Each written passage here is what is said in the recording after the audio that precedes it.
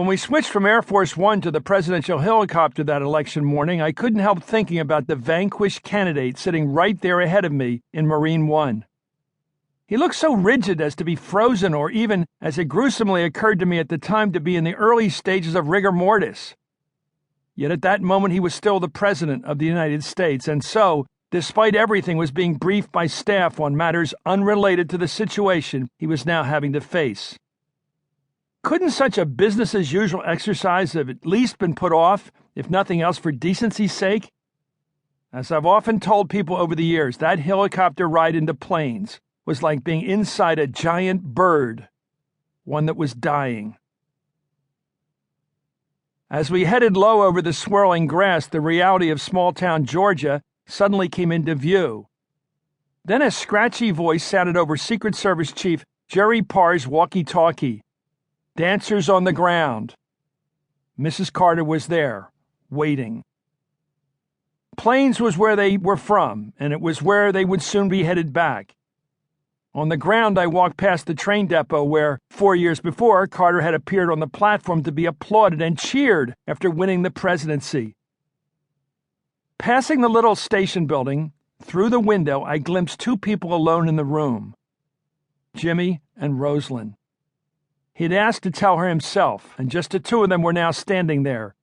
The long journey he'd convinced her to take with him was ending in defeat.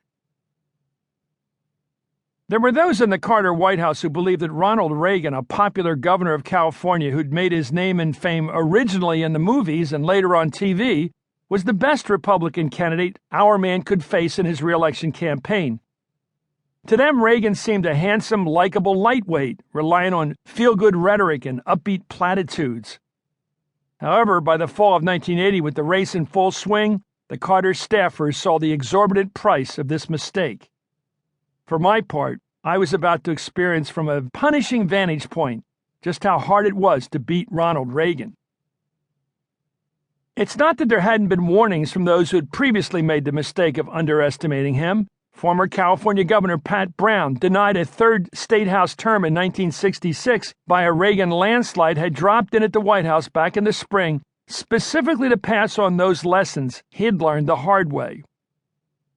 "You're going to say he's an actor, and it won't work," Brown explained to Carter Communications Director Gerald Rafshoon. "That he's not really that smart, and it won't work. That he's lazy, and it won't work." What he was describing with earned exasperation was the difficulty of getting any contempt, scorn, insult, or even past position to stick to Reagan. Under attack, the man was a master. However, having seen him lose the Republican nomination to Gerald Ford only 4 years earlier, we knew Ronald Reagan wasn't invincible. The trouble in the fall of 1980 was he could well be something far worse, inevitable. The main asset any Republican candidate brought to this race for 1600 Pennsylvania Avenue was that he wasn't Jimmy Carter. Reagan had already proved to be more than that. Beaten by George H.W. Bush in the Iowa Republican caucus in late January 1980, he rocketed back 5 weeks later with a decisive win in New Hampshire. There he not only disarmed the local voters, but captivated the entire country when he sharply rebuked the moderator of the candidates debate who asked to have Reagan's microphone switched off during a dispute. "I'm paying for this microphone, Mr. Green," he reminded the fellow, which was quite true, even if the man's name was Breen, not Green, since the Reagan campaign treasury was indeed footing the bill for the event. It was the perfect moment for a man who had picked and long perfected playing the role of a lifetime, the heroic citizen politician. Yet his nifty retort up in New Hampshire also made for an homage to Reagan's own Hollywood past, appropriating brilliantly a line from Frank Capra's 1948 political drama State of the Union. At the end of the movie, Spencer Tracy's character, vying for the Republican presidential nomination, must also fight for his right to speak. "Don't you shut me off, I'm paying for this broadcast," he threatens. Still, despite such warnings as Pat Brown's, Carter staffers continued to pin their hopes on Reagan securing his party's nod.